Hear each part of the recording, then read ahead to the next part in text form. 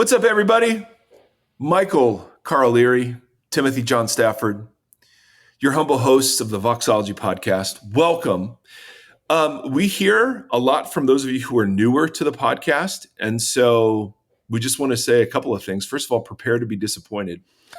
And secondly, what does she say in Spider-Man? Like, if you just set yourself up if you expect disappointment, you're never disappointed. Yeah.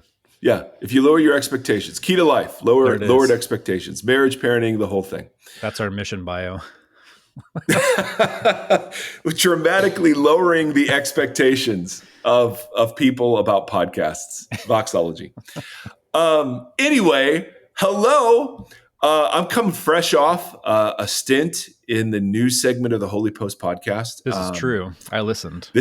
This is true. I know you're so nice. You're so nice. And you always are like, hey, I really enjoyed whatever. And thank you. Mm-hmm. Timothy, love what they're up to. There's some great podcasts out there. The Bema one with Marty Solomon. I'm not current on that. Obviously, we love the Gombas. We love the Holy Post. Caitlin, I think, is doing her own. Excuse me. So we're stoked about that. Seth Theory needs one. I've thought about the Seth cast. We've talked about it before. But I want to say a couple of things. First of all, thank you for all of you who have been emailing in. And this the parenting thing has struck a chord. Mm-hmm. Oh, my word. And so thank you for all of you emailing in. I don't know. I've been thinking about, do we want to explore that a little more? Do we do like a different stream of the podcast? Not sure.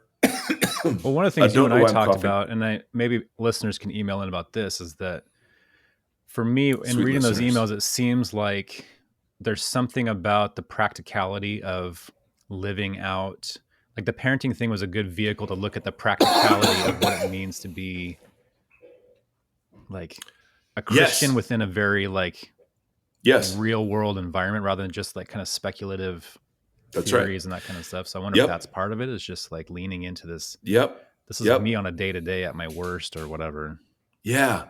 Stuff like vocation, marriage, date, like relationship. Yeah. And I get why the preaching format of kind of TED Talk advice about how to have healthy relationships and stuff, why there's like this never-ending hunger for that. But I don't know that we always do a good job of connecting that stuff to some of the headier stuff about what story are we inhabiting, how it is we see the gospel and the kingdom and, blah, blah, blah, how we see God's, attitudes towards us. So anywho, the second thing I want to say thank you is that for whatever reason, a whole bunch of you are joining Patreon. We have redone our reward tiers. We have someone actually administrating them. That's the key. And that's the key. Which is somebody else. We have a merch store on Etsy, but if you want merch, those are some of the reward tiers. So we don't like talking about money stuff, just except to say we are 501c3, we are a nonprofit, we are crowdfunded. And it's just always encouraging when people see this as something they find valuable enough to support. So if you're interested in that. And the merch doesn't go in our pockets. We didn't set up the merch store for us to buy new shoes. Some of those new Trump gold shoes. We set it up to like help support things like the Non-Friends and other ministries that we're interested in supporting.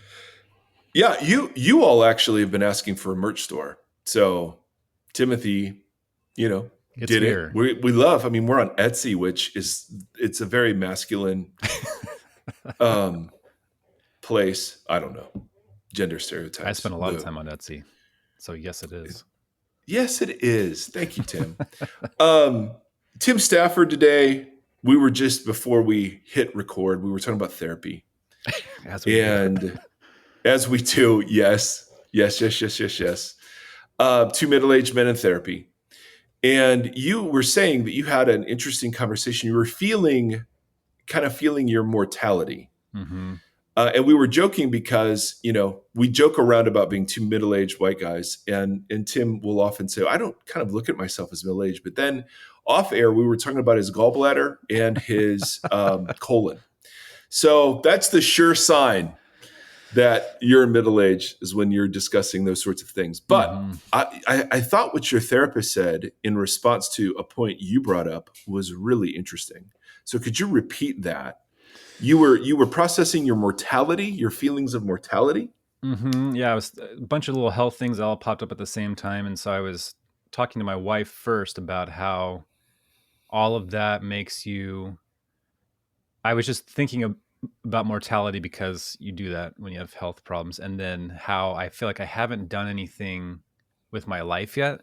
I don't feel like and I was telling the therapist that, and like, I don't feel like I've done anything yet, and I don't feel like, how did I just say that? That I'm not great at anything, but I'm pretty decent or maybe good at a couple things, but I don't feel great at anything, and I don't know what my whatever is. And she was like, she's been pushing me a lot towards doing spiritual direction work or coaching work.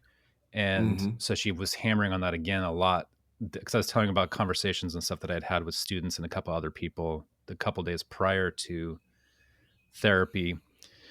And she was telling me that I do have gifts. I'm just using them in a multiple, like a bunch of different places, not just in one. So like, if you think of like, this is a generic idea, but if you're like, I'm a really good basketball player, I have a gift of playing basketball, and I became a pro basketball player with my life, I exercised my gift in the arena that makes sense.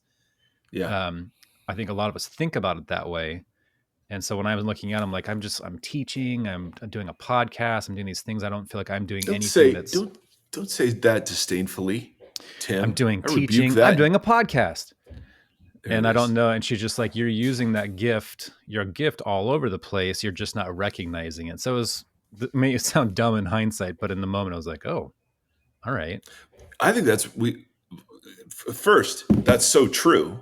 Yeah. But I think a lot of us, we're constantly surrounded by achievement culture. Yes. We've got to get our hustle on. And like when Paul says, hey, make it your ambition to live a quiet life, work with your hands so that you're not dependent on anybody. Like, there's no teaching ever on that. We've always got to do great things for God and great things in life.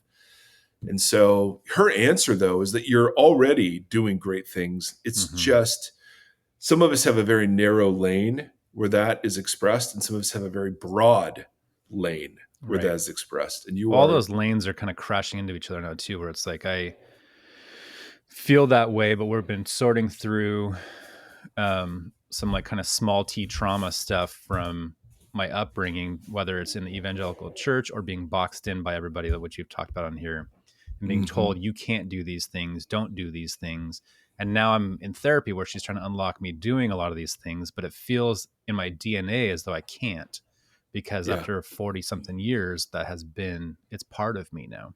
This disbelieving, this trauma, all these things have become a part of who I am. So unraveling that is obviously A, painful, and then B, like just disorienting, confusing, etc. So when she was talking about leaning in these things or understanding these things, I'm like, I don't understand that because I don't experience it or see it on a day-to-day basis. I feel conflict over those things because I feel guilty about them, which then leads us into shame and false guilt and that kind of stuff. Yeah. Just Let me say this though. Yeah. Let me just say this. Sometimes I forget. Oh, hold on a second. Ladies and gentlemen, it is a half day. Yes. It is a house day for House Caraticus, which I'd love someone to explain what that is to me. All those words. And it is the beginning of spring break for one very happy Seth Thomas Charles Erie. Vacation. What's up? What's up? What's up, everybody? What's up? So, Seth, what are we going to do over a break? Well, after a good break, I'm going to see Nate. We're going to go see Nate, our oldest. Yep. Play soccer. Yeah, he's going to play soccer. So, vacation at Dayton, Ohio, which is amazing this time of year. Yeah. Are we going to chill? Yes. Seth's favorite thing to do is chill. Chill. Yes. Yeah, me too. Money up. Yeah, money up. There Syndrome it is. Money down. up. Yeah. Syndrome money down. Up. Money up. That's right. Yeah. Do you think Tim is a good listener? Yes. Yes. Do you think he comes across a very safe person? Oh gosh, no. Okay, well, I disagree with that one. How about, do you think he asks good questions? Oh, yeah. Okay. Oh, it's a big shout out. Yeah, and we do big shout outs to Tim. Absolutely. Ready? Oh, One, okay. Oh, we're two, doing three. shout outs now. Okay. Yeah. Okay. A big shout out to Interpret and Buddha. Andy Bear and Brenda. Man, you got to be an old school Tim. listener to know those. Deep and pull. Tim. Deep cuts. Yep. Tim, go ahead. Hey, Sethi. Yeah? Your Zaxby's is here. Hey, Tim, go ahead. What's he going to do? Is he going to do shout outs? What do you want him to do? Tim is with the big shout out first. Okay, All right, Tim, you got to do a shout-outs. couple shout outs, bro. Shout out to Seth Erie, Nate Yes. Erie, and Hannah Erie. What? A big shout out to Tim Garbus. And Tim Gombis. And to my turn. My turn? Yes. Shout out to Tim Stafford. Yes. Tim Gombis. Yep. Tim Timmons. Yep, Timothy Jones. Timothy, the understudy of the Apostle Paul. Tiny Tim. Titan. God blesses everyone. Yes. Timothée Chalamet. All right, buddy. Hey, you're Timothée Chalamet. Your Zaxby's here. Go get it and go bring it to Hannah. All right, love you. Remember to. See you, bro. Peace out, guys. Peace out, guys. Nice. Seth Erie, dude. All of 15. Every bit of 15 years old. But regardless of Seth's opinion of you, I think I speak for many when I say, dude, you're one of the safest people I've ever been around. Yeah. You're a truth teller. You ask great questions and you're a really good listener, which like that there's some superpower right there. And that doesn't get rewarded in evangelical culture. Right. And it's so dumb that it doesn't. So, but I'm proud of you. What's nice is that in my therapy, I just talk about you. So I'm fine. I'm fixed. Yes. Thank you very much. And yep, Seth, you don't have to show off Zaxby's to YouTube. You do sorry. not. No. If you don't know what Zaxby's is, I can't describe it. It's a thing. Today, finally, we're going to start. So at the church I'm at in Tennessee, we've been going like verse by verse over Genesis 1, 2, and 3.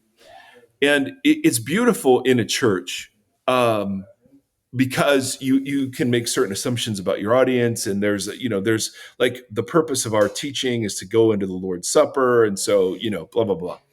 But there's so much that gets cut out that just can't fit in a 30-minute deal. And then so I have all of this like massive amount of material about what it is to be human that's sitting there, that's on the cutting room floor, so to speak. And then in my therapy, and then in our non-friends last year, it's kind of started this whole thing. We've talked a lot about how it is that that some expressions of Christianity dehumanize us. And so, and dehumanize means we're not allowed, like it can happen in so many ways. We're not allowed to listen to secular music. We're not allowed to ask questions. We're not allowed to be angry.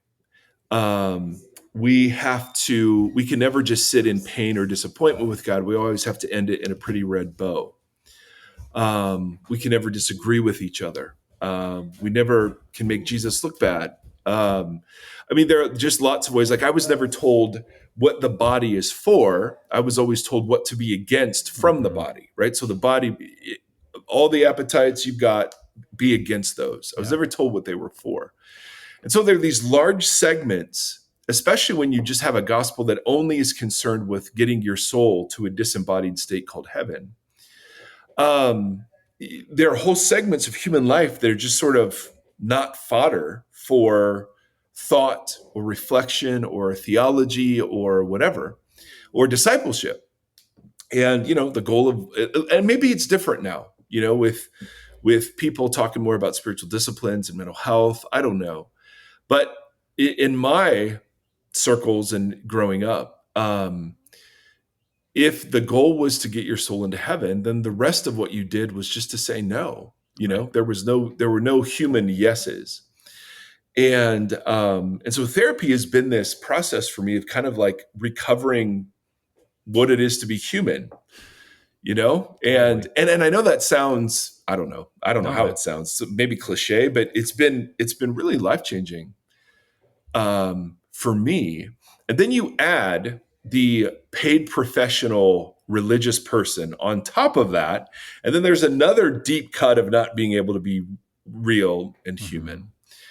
And so I thought, hey, why don't we spend some time talking theologically first, because I think Genesis 1, 2, and 3 gives a biblical anthropology that is so bigger and better than anything I initially encountered in evangelical culture.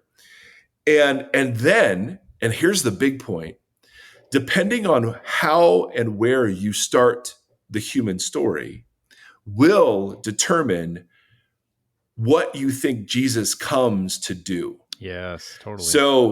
So if it's a sin problem in Genesis 3, then Jesus comes to solve sin. But if it's a restoration problem that comes from Genesis 1 and 2, then Jesus, and we've made these points before, but for some reason our community has tolerated these really long arcing conversations like Sermon on the Mount or like Revelation. Yeah. And I thought, I am utterly fascinated and have been greatly renewed by understanding some things in Genesis. And so I was like, I'd love to do this. And Tim, you've been wanting to really look at the humanity of Jesus forever. Yeah. So I'm hoping we can just spend some time, and it'll get super practical in terms of mental health, sexuality, understanding limitations, weakness, absolutely. But for a little bit, I just thought I'd love to marinate in these early chapters of Genesis that provide one way of understanding what it is to be human. And actually, once we've explored all the nooks and crannies, I actually think it's really the most compelling picture out there of what it is to be fully human. I really do. And it frames then why it's so important that Jesus of Nazareth was human.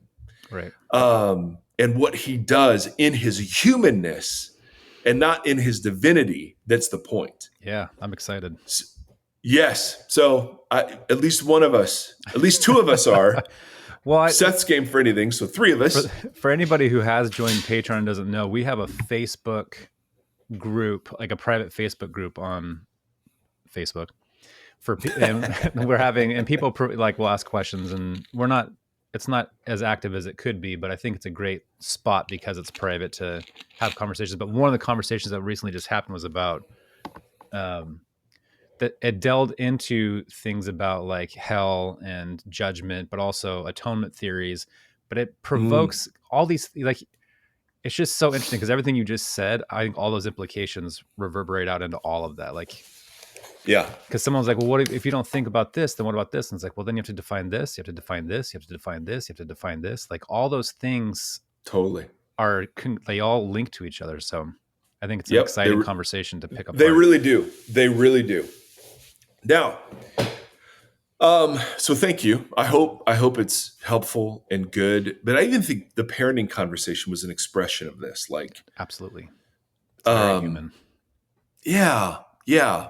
And yeah, I mean, I could keep going. Okay. So what I want to do today is just talk about what Genesis is and what it's not. Now, we learned this in Revelation, and we talked about this way back in our long Bible series, but the Bible will tell you how to read it. You should never be reading it flatly.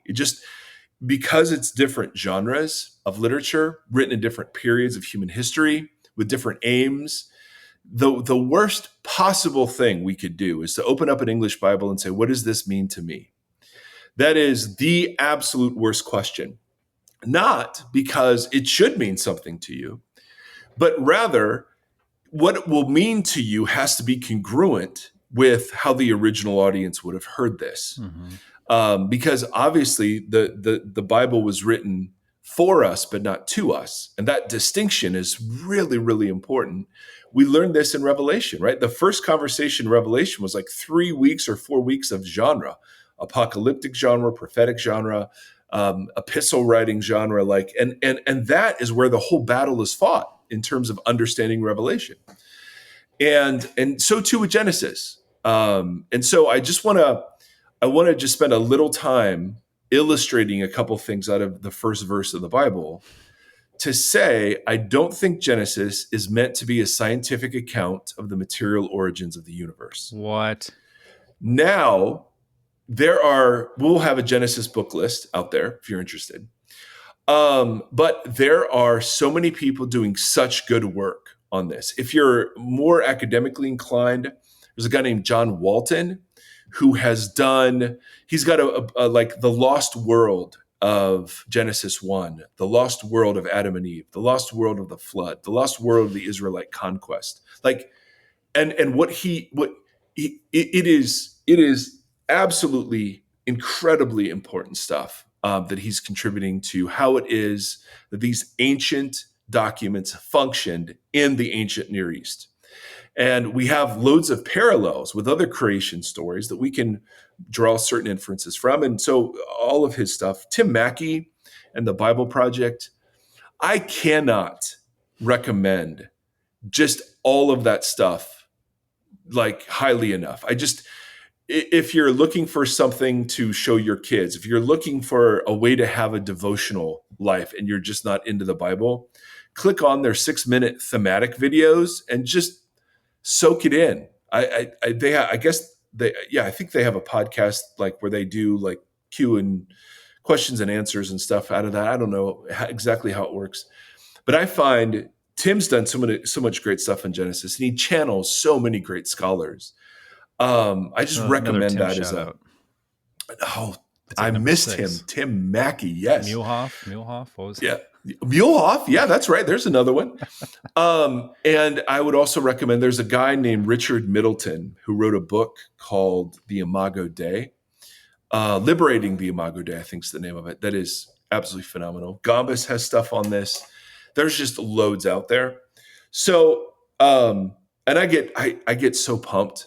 It's been so fun talking through some of this stuff at our church, but I'm really excited to kind of blow the doors off in terms of like, there's a lot that's still out there to cover. So the first verse of the Bible, in the beginning, God created the heavens and the earth. What could be more simple than that? Right? And so it's so clear in English. Let's move on. The problem, of course, is when I hear the word heaven, I think of it in the singular, not the plural. And then I think of a disembodied place where souls go when they die and live forever with God. That's what I think of when I think of heaven, right? I mean, that's like the imaginative lens through which we have looked at this. Your soul goes to heaven. That's where God is. And there are streets of gold and there are mansions and, it's really a disembodied sort of place. Somewhere else, in some other dimension. It's not like if you go out into space far enough, you'll find heaven. It's a whole other spiritual dimension. And then earth, I can't help but think of earth as a pale blue dot floating into space. And Tim Mackey asked just a wonderful question. When did we get that idea of the pale blue dot? Well, the photo that's most referenced came, I think it was in 1963. And so we've only been thinking of pale blue dots floating in black nothingness, until that point, or from that point. And so it's interesting when you just take heaven and earth and to pay attention to how much we've preloaded what those things mean with what to us is a very natural way of looking at the world, right? The universe is full of floating balls of gas and planets and moons, and we're one of those. Mm-hmm. And heaven is this place in Christian theology where invisible souls go when the body dies. And it's just like, well, yeah, okay, so God made heaven and earth. Perfect. The Hebrew sort of behind this doesn't carry sort of the same nuance, shockingly. I know. And so imagine you lived in a world where like you didn't have any pale blue dot imagery, and you didn't have some disembodied spiritual dimension imagery, but rather you just stood on a hillside, 4,000, 5,000 years ago, looking at the vast array of stars, and you went, oh, in the beginning, God created what's down here and what's up there.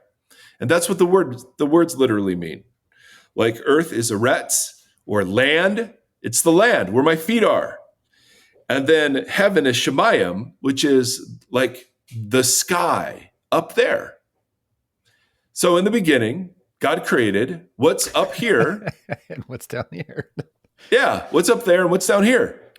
Okay, now a little note, this functions also as something called a merism, which is a literary device. Like when I say, hey, Amazon sells everything from A to Z, and that's what their logo means. A to Z, when I reference the two poles of something, that means they sell everything in between, right? By referencing the two extremes, I'm referencing everything. So if I say, Jesus is the Alpha and the Omega, it's like every title that's good is included in Alpha and Omega. Alpha and Omega is a merism. A to Z is a merism. Well, heaven and earth is a merism too. It's a way of saying in the beginning, God created everything. But I wanted to draw attention to the heaven and earth bit because without thinking about it, I think of earth as a globe and I think of heaven as a place of disembodied bliss. And that's what I think was created. And it's actually, no, in the beginning, God created what's down here and what's up there. Perfect. Now, when did he create those things? And the first word is bereshit, and the root of that is a word called reshit. And I'm getting this from a guy named John Sailhammer, who is another amazing Genesis scholar. When we hear the phrase beginning in English, we think of a linear sequence that has a defined starting point, right? So I'm going to begin counting. Right. 1, 2. When was the beginning? When I started at 1. Right? So the beginning represents a linear sequence or a chronology. They have a word that refers to a point in time that starts something, a singular point in time. That's not this word. All right? And this is Sailhammer. He wrote a book called Genesis Unbound. And this was the first place I saw this, but Walton gets into this too. Reshit is it doesn't refer to a point in time. It refers to a beginning piece of time.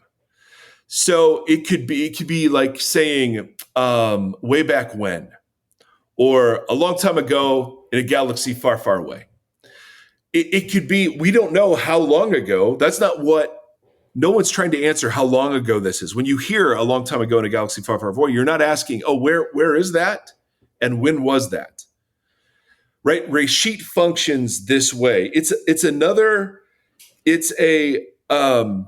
way of capturing something that happened before the thing I'm really interested in gets going.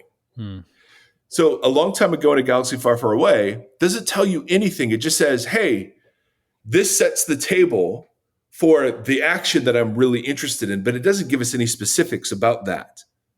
Does that make sense? So let me give you a couple examples. So in Job, if you, Job, are pure and upright, God will rouse himself for you and restore your rightful habitation. This is after he's lost his home, his family, everything. Even though your reshit, beginning, was insignificant, your end will be very great. Now, here, reshit does not refer back to a point in time. It refers back to the whole period of time when Job's life was good. The book of Job opens, Job was a righteous man, and here's what he had, but that's not what Job's interested in, or the book of Job's interested in. It's interested in when this like heavenly wager takes place, and then Job loses everything in his response. So it's not when Job was born. It's not the beginning of Job. Exactly. It's not referring to the point in time when he began. Right. It's referring to the period of time before he suffered. And that's not a singular point in time. We don't know how many years that was. Right. So in the same way I could refer to the end of his life, well, that can mean a point in time like the moment he dies, or the end of his life could be the last 40 years. Mm-hmm. So Reshit is not a reference to the singular point in time the universe started. God created all that's up there and all that's down here in the Bereshit, which means way back when he did creating. Now, let's get this story started with the chaotic sea. Does that make sense? Mm-hmm. So it doesn't refer to a singular point in time. Another example of this. In fact, Reshit just describes an undescribed period of time before the thing that we're going to focus on right now happens. Jeremiah 21. In the Reshit of the reign of Zedekiah, king of Josiah, king of Judah. This word came to Jeremiah. So in the beginning of the reign of Zedekiah, does that mean when he just took, the moment he took office? No. In fact, in the next chapter we read, now in the same year, in the Reshit of the reign of Zedekiah, king of Judah, in the 4th year, in the 5th month. So the Reshit described the period of at least 4 years of the early reign of Zedekiah, right? So that was the beginning of his reign. But it wasn't a singular point in time. It was an unspecified, vague period of time that does get specified here, but not specified in Job. That just refers to the stuff that happened before we start our story, right? So once upon a time, the minute you hear that, I know a fairy tale is coming. Right. And they lived happily ever after. Those function the same way. We don't know like how long the ever after was. That's not the point of bringing up happily ever after or once upon a time. No one's sitting there going, well, when? And the reason I bring this up is because Reshit is not a specification of a unit of time. Right. So it's fascinating that the questions that we ask in 21st century America, we ask Genesis to answer are how long ago and how it happened. Right? How did it? Yes. How long ago did it happen and how did it happen? And as we'll see, not just today, but like throughout the whole thing, the author of Genesis isn't answering those questions. The author of Genesis is answering what did God create and why did he create? It's the difference between metaphysics and physics. So physics is the study of the material ordering of the universe down to its most basic components. Metaphysics answers the questions about what, why do things exist when they didn't have to? You know, physics can tell us all about how thunderstorms happen, but physics can't answer why we find them so awe-inspiring. You know what I mean? Like metaphysics deals with the questions of existence and truth and meaning and purpose. And that's what the writer of Genesis is really interested in. So in differentiating those two different ways of looking at time, you are learning how to posture yourself for the information that's coming after. Correct. So if by deconstructing the first sentence, I mean, we're not even getting into the word bara, which is create. Yeah. Walton does this thing about bara that means to create in the ancient Near Eastern world doesn't mean to bring into physical existence. It means to name and order something and give it a purpose and function in an ordered system. Yeah. And so just this first sentence, first half of the first sentence tells you that Genesis isn't answering modern scientific questions. Smart. So it's kind of like the writer saying, hey, way back when God started creating, he created everything. Now, let's talk about the land and the chaotic sea. Yeah. You know what I mean? Mm-hmm. And there's some English translations that pick up on that. Now, let's talk about, like my NIV has that. Now, the earth was formless and empty, and darkness and water covered covered the deep and the whatever. Does that change the way like and you can say, shut up if this is jumping ahead, but like everything that follows that is a sequence of events.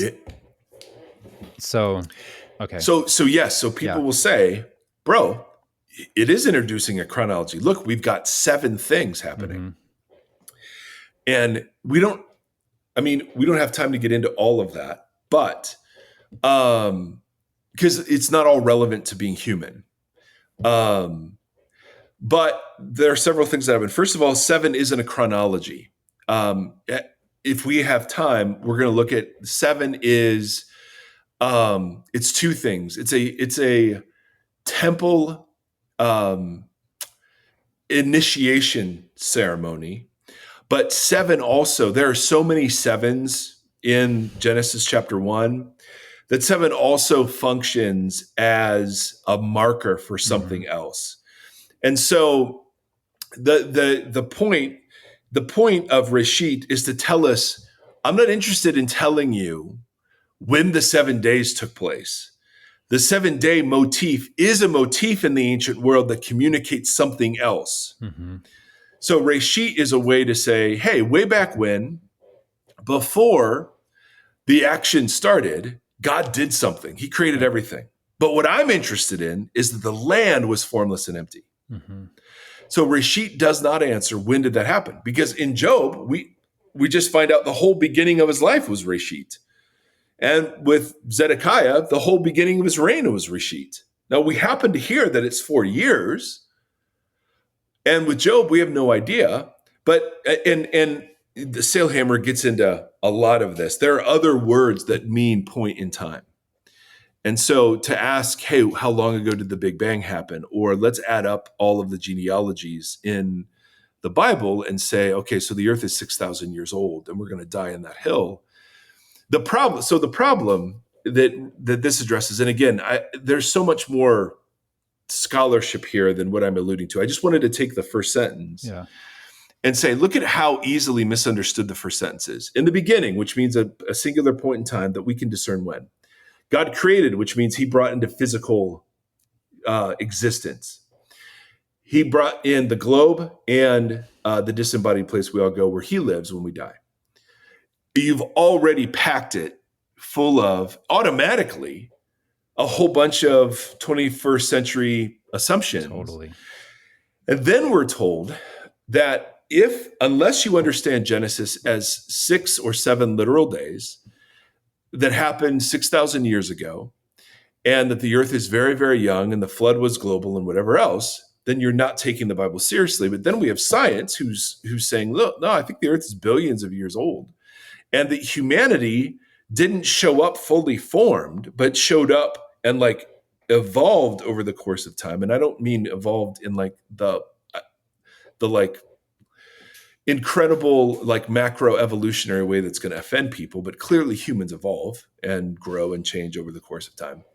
And so we're told science is antithetical to faith because faith tells us that God did this in 6 days, and then a 7th day he rested. And then science tells us, well, it actually happened over a longer time. So the two can't ever get together. Right. And the problem with that is they both assume Genesis is trying to answer the how did it happen and when did it happen questions. Then they're opposed to each other because of that. That's right, because they give 2 different answers to the same set of questions. And what I'm trying to suggest is that's not what Genesis is answering at all. Yeah. It's not telling us how, and it's not telling us when. It's going to tell us what. What did God make? Everything. Everything God made. And why he made it. Yeah. So that difference, the difference between physics and metaphysics. So when we get to the humans being made of dust, that's not an origin story of God collecting dust and forming a human. It is a story about how from the dust is a way of saying that something is frail or it's mortal. So the human beings are mortal. In our essence, we're mortal, which means there had to be a tree of life and availability to the tree of life for us to have the opportunity to escape mortality, which also means then that our souls are not by definition immortal so that we roast in hell forever. So like there are all sorts of things that follow from some of the you're setting up a posture from which you either, it's like that Genesis point, pun intended, where one line goes this way and one line goes this way, and the further you follow those lines, the more distorted some of that imagery or messaging or whatever will be. Yes. So this one I just wanted, and again, I feel like I have 5 pages of notes that I've just sort of summarized quickly, but they're like thousands of pages of stuff on this that kind of backs this up. But I just wanted to take the first sentence in English to say the worst thing you can do in Genesis is go, oh, the beginning. Yes, so when did that happen? God created, that means he brought things into physical existence. And heavens and earth means what heaven and earth mean to us. When you actually dive into it, you're going, oh man, okay. So I've got to approach this the same way I approach every other text, with curiosity and humility. And the vast majority of time, Hannah just texted me, who's right next to me. I need to print something out. Well, Hannah, I'm recording a podcast right now. So, ladies and gentlemen, if you're ever wondering, here's parenting in real time. Is this rehearsed? I think most people probably know. Yeah. Probably know. Everybody wants a glimpse behind the curtain, but the truth is there is no behind the curtain. There is no curtain. Yeah, exactly right. So for me, this was revolutionary stuff. I was always taught that science and faith opposed each other. Right. And there are assumptions in each that can oppose each other. I'm not saying like science is always morally neutral. But I have friends who are biologists and doctors and physicists, and for them to just be told, listen, you can't trust any of that stuff. It's a 6,000-year-old thing. And if you believe that, fine. I don't have an issue if people believe the earth is 6,000 years old because the genealogies and you add them up. The issue I have is when people say that's the only way to take the Bible seriously. Yeah. Yes. Well, I did conferences this week with my students for their next paper, and it being a Christian university, there's certain topics that when they want to write about them, they feel like they have to write a certain way.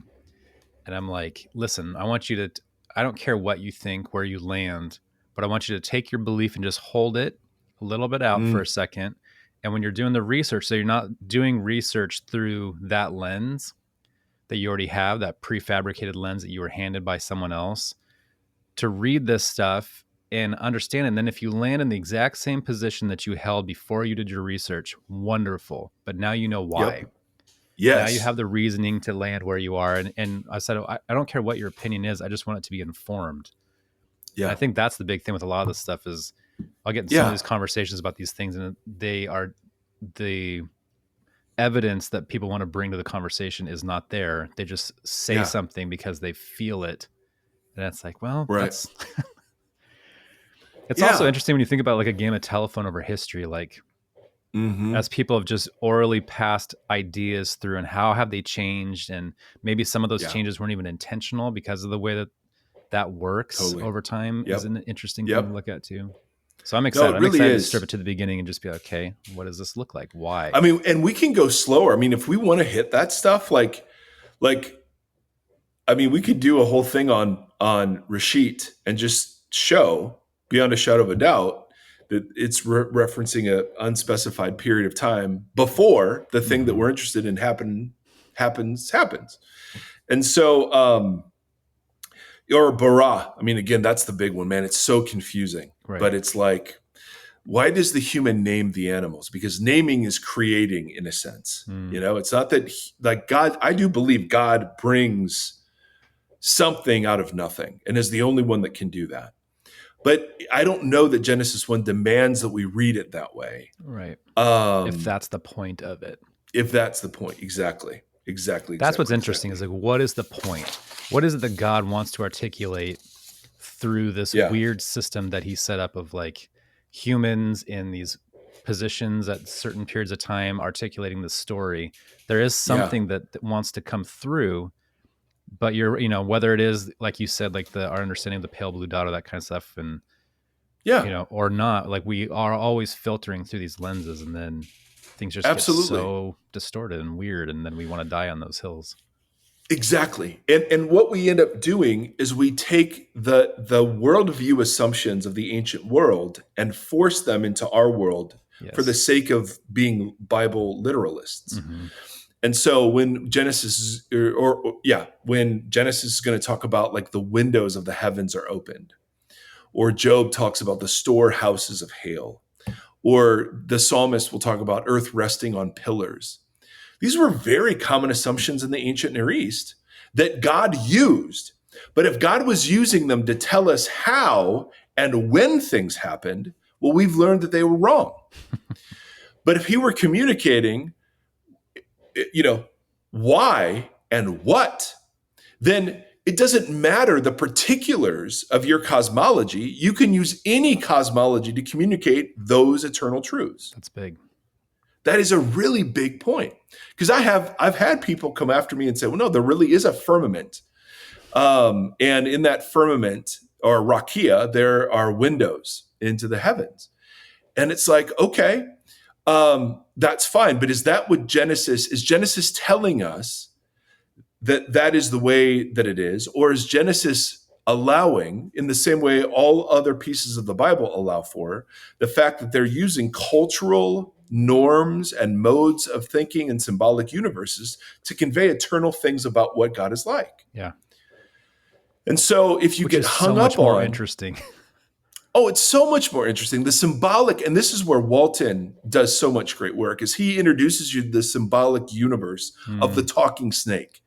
It's not shocking to an ancient person that there's a talking snake in the garden. That is a very common motif. That doesn't mean that didn't happen or that the Bible copied it, but it just means that in the same way, if I were writing, authoritative words, I would be using the forms and the thought forms. If I were writing, in the beginning, God created the heavens and the earth, I'd be talking about a globe. Mm-hmm. Right. You know what I mean? Because that's my understanding of cosmology. Now, if in 2,000 years we realize, oh, it's actually something way different and our physics was totally mistaken, okay, that doesn't mean that what was being said was wrong. It just means that we have a better form, or more culturally current form in which to express it. Yeah. And so, if I were talking, the book of Deuteronomy is a treaty, an ancient treaty form. It follows treaty conventions. We have Assyrian treaties that are outlined just like the book of Deuteronomy. Does that mean anything in the book of Deuteronomy is not true? No, it just means that when God was communicating to ancient people, he used ancient forms to do it. That's so fascinating. Right? Yeah. And in the same way, let's say God was communicating to the American church and used a constitution, right? To do that, we know what a constitution is. Plus, he wrote that, so. Plus, we already have one. Bad example. Yes. But this is a really big point. It's okay to look at Genesis and say, how would the earliest audience have understood this? And guys like Walton and Mackey and Middleton and other, Sailhammer, they're showing from other ancient Near Eastern examples, but also from within the way the Hebrew functions with itself, that we're not looking at scientific accounts here. We're looking at theological accounts. And even the chronology, the 1 through 7, is theological. The point isn't, hey, like in Genesis 1, it's the animals and then it's the humans. But in Genesis 2, it's the humans first, then the animals. Oh, there's a contradiction. Uh-oh. Not if you're making different theological points. Right. And so I understand there are all sorts of people that have really high degrees of opinion on this. And hallelujah, feel free to disagree. I love what you're saying about your students. The issue isn't have your own opinions. That's great. But Paul says this in Romans. So he's got two house church factions that are different, disagreeing. I don't know why I'm having trouble with English today. They're disagreeing over lifestyle choices. You're doing too much in the name of in Jesus. Real time. Yeah, I wish. Or just old, just getting old. They're differentiating was the word I was trying to find there, between certain lifestyle choices that they think honor God and other lifestyle choices that a different community thinks honor God. One of those is sacred days. One of those is sacred food. Big deals if you're Jewish. And Paul says to them, let each one be fully convinced in your own mind, but don't judge each other. And that's the part where Genesis has gotten so much light and more heat than light, has been in you can only take it this one way to take the Bible seriously. And I just don't think that's true. You know, and I remember always thinking about that as a negative with like so many denominations and different schools of thought on things, and that we were just kind of really broken. More recently, I've been looking at that as kind of like, what if God is bigger than one train of thought? What if the one train of thought is not the goal as much as these why questions, like less the how and the what, and more like, is there something between the Episcopal and the Presbyterian and the Lutheran and the Calvinist and everybody coming to, like, could there be more? I mean, because we do have contentious feelings between the denominations, but what if we didn't have to, because of this, like, because there is a mystery element to it, that we're using some facet of human cognition to parse out. Does that make sense? Like, does that give us the room for, I don't know. But we wed ourselves to form. So you take baptism. So clearly baptism is a great example. But baptism is central to the Christian life in what it represents, but it's also a communal practice, all the things. But, you know, we have examples of households that are baptized, including presumably infants. We have examples of single people, like individuals, being baptized at one time. We have examples of 3,000 people being baptized at one time. Baptize means immerse. And then you have this formula at the end of Matthew, you know, in the name of the Father, Son, and the Holy Spirit. So what we do is we then wed the kernel of baptism to the husk of the form it takes. So it has to be in the name of the Father, Son, and Spirit. Or it has to be one time or three times. Or it has to be immersion, it can't be sprinkling. Or it has to be sprinkling, it has to be an infant, or it has to be an adult. And again, let each one be fully convinced in their own mind. But your point is that it's the heart behind the action, what the theological message it represents, that's the issue. So you can baptize people who are hungry for Jesus in a zillion different ways. In a pool, in a jacuzzi, in a river. You could dunk them once, dunk them 3 times, dunk them 8 times. Great. The mode, the only requirement is that the mode that you do it matches the message that the thing's supposed to convey. You know what I mean? So communion is a shared meal. So when the mode of communion, rich people eating ahead of poor people and shaming them, when the mode violated the message, Paul says people died. Yeah. So, but it doesn't say, hey, here are the 8 steps to get ready for communion, or here's the liturgy you need to use. So yes, we as people who do not trust God fundamentally, even though we say we do, we would rather have a liturgy. We would rather have authoritative words. We would rather have, right, something that assures me that I'm good and I'm not just wandering around aimlessly. That's so interesting, because then that really puts that stuff into a different light too. What if we want liturgy for the reason of giving us scaffolding or handholds? Yeah.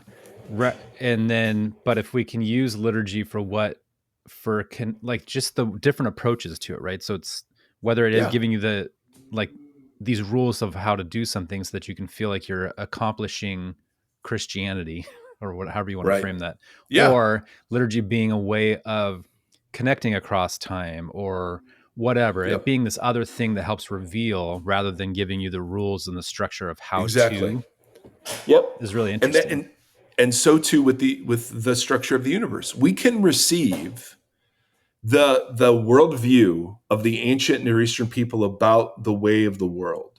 We can receive that worldview and not have to think God didn't know or that all of our modern science is wrong, but we can receive that as like the husk or the form or the skeleton that the theological message of who God is, what God has done, what's wrong, and what God is going to do to remedy it. Those worldview metaphysical questions, like we can receive that form, that skeleton, as the vehicle through which these theological concepts are communicated. Yeah. Right. But like, so like when I talk about redemption is a slave word coming from slave markets. We don't have that anymore. So, if I communicate the gospel using a different image, it's not that I'm violating the gospel. And unless you say redemption, it only counts when you say redemption. Right. No. Redemption is communicating an idea that was live in that culture. Yeah. Redemption, I redeem recycling anymore, right? I can turn in a glass bottle for 5 cents or something. It just doesn't carry the same freight. And that's where we get into so much of the splitting and the denominating, and not that we've got it all figured out. Not saying that, but that's the point. Yes. Right. When you approach the Bible looking at the form or the skeleton or the detail, when the Bible isn't directing you to the form or skeleton or the detail, right, what begins to happen is that you cease being curious and humble. And now you have something you have to protect because it's God's word. Right. And not just in the theological message, but in the way the theological message happens. It's 7 literal days. So it's got to be 7 literal days. And maybe it is. But that's not the point. I'm just saying Rashit means we're not asking the question when. Right. Genesis is not answering that question. When science figured out the Earth was not the center of the universe, nor even the center of our galaxy or the center of our solar system, did that throw? Because that was way after this, obviously. When, do you know if that threw? Was there like a pushback? Yes. Oh, theologically. Oh my goodness. Yes. Yes. That's interesting, right? Because it's kind of what church you're saying. History. Like, we lock in on something, and then if it gets disproven, you only have 2 options. Yeah. If you're following that framework. That's right. That's right. And again, I'm all for being appropriately cautious around some assumptions of science that say like the universe is a closed system, nothing miraculous ever happens. Like part of my faith is disagreeing with some of those assumptions. Sure. Absolutely. I think there is a cause to the universe. I don't think it just showed up. And I think it evidences great beauty and intelligence. Of course, I don't think it's random. So I would disagree with if someone came into science saying, listen, you can't believe that God exists and be a scientist. I'd be like, well, the more I hear about science, the more I believe in God. That is how it works for me. You know what I'm saying? Yeah. But I don't think the tension between them has to exist at the level of, well, the Bible says the earth rests on pillars. Mm-hmm. And science says it doesn't. So, we have to pick. I just don't think that's true. And what the first sentence of Genesis does is 2 things. First of all, it tells us that I'm all automatically freighting certain words and concepts with 21st century understandings. Mm-hmm. But then secondly, what it means in English isn't always what it means in Hebrew. And so the question then can then be raised, well, all right, so how do we know when we can trust the English or have to look? And that's a separate conversation I don't want to get into right now. But if you're not curious, if you've already determined this is what Genesis means, then you're going to hear this as liberalism or whatever. That's why I love poetry. That's why it was the focus of my major, because it makes you do these things. Like I'll do metaphor exercises with my students on the first day of class where it's like, if I say Mike is a lion, what does that mean? But if I say Mike is like a lion, what does that mean? And what connotations Mike is as a lion? Yeah. So but it provokes really interesting conversations with them where it's like, it's so basic, but you're right. Like our human brains really like to, whether it's subconsciously or consciously, sometimes both, latch on to like sturdy things and then put everything attach everything to that. And metaphor doesn't let you do that because it makes you think a little bit larger outside of that picture. Like you have to. And you know what else does that? Is parable. Exactly. So when Jesus talks about in parables so much, this is what he's forcing us to do. Yep. Right? When he says, hey, a certain man had 2 sons. No one in the audience is thinking, hey, is that Jethro down there? You know? Yes. And it forces you to participate, which is something that I really appreciate. So Genesis is some combination of mythic, poetic narrative that it's so much bigger than how old the universe is. Yeah. It's just that it's not answering that question in my view. Which means when we get to human, okay, the reason this is important is when we get to human, we're going to find ourselves reading certain texts about human in very similar ways. Yeah. And we just have to come back to that's not what the author's doing. Yeah. Right. So all that is to say, I think this is good enough for week 1. Yeah. Just to say, hey, what is Genesis? Well, Genesis is a lot like Revelation. Genesis will tell you what it is, but you have to do the work to pay attention. And thankfully, we have huge veins of scholarship that have been around for decades. Yeah. People that have done that have no vested interest in like the science versus faith battle, but simply take the text and go, hey guys, I really don't think this is answering what we all want it to answer. Well, lastly too, as we talk about like, again, that email from however long ago that was like, why does it seem like I need a PhD to even open the Bible? I feel like this is an idea of that not being the case necessarily. Like we may have lost these translations of these words that you're talking about over time. But in getting those, it really does allow you to posture yourself in a sense of longing and mystery and kind of just like being, okay, I'm ready to kind of do this thing. And it doesn't need to be because I think the PhD thing implies that you do have to, you're sorting beans almost, like right. There's a very correct, finite scientific answer to everything. And I, if you just gave me the rule book on what God is doing, will do, and where I fit, so I just know my role and I can just put my head down and be whatever.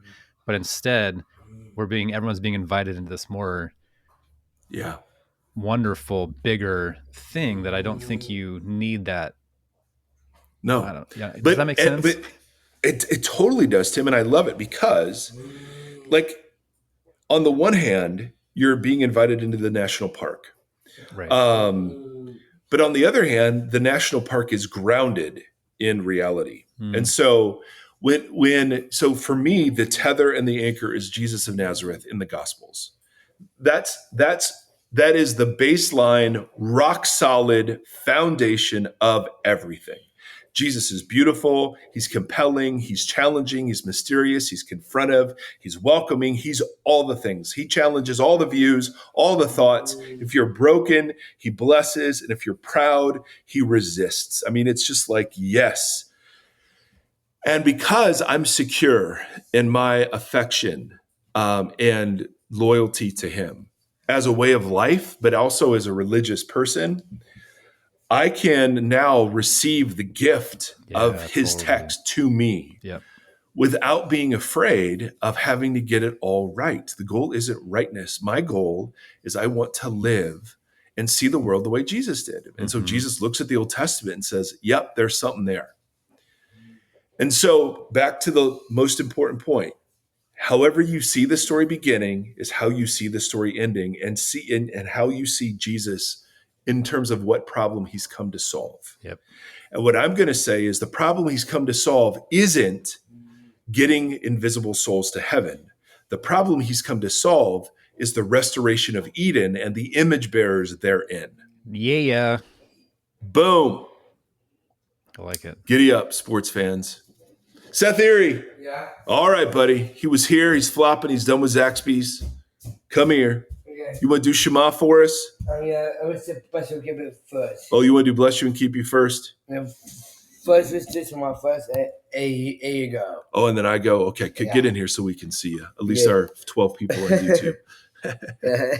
All right, you ready? Thanks, Tim. Thanks, Tim. 1, 2, 3. Shema Israel, Adonai Eloheinu, Adonai Echad. Hear, O Israel, the Lord our God, the Lord alone. Love the Lord your God with all your heart, soul, mind, and strength, and love your neighbor as yourself. Amen. What is that voice? What is that? Is that you? Yeah. That voice was you? Yes. Was that your silly voice? Yes, it's a silly voice. Make your turn. Okay. All right. I love that so much. So I have to do this or Seth will fuss at me later. May the Lord bless you and keep you. May the Lord shine his face upon you and be gracious to you. May the Lord lift up his countenance to you. And in these days, may he give us peace. Peace. Amen. Peace. Thank you for listening to this conversation. The Voxology Podcast is a 501c3 nonprofit organization that is made possible by listeners just like you. If you'd like to partner with us, you can do so at patreon.com/Voxology Podcast or on Tithely, tithe.ly, search Voxology Podcast. You can interact with the hosts on Facebook /Voxology Podcast or on Instagram at Voxology Podcast and on Twitter or X, whatever it is, at Mike Erie. Thank you for walking this long road with us.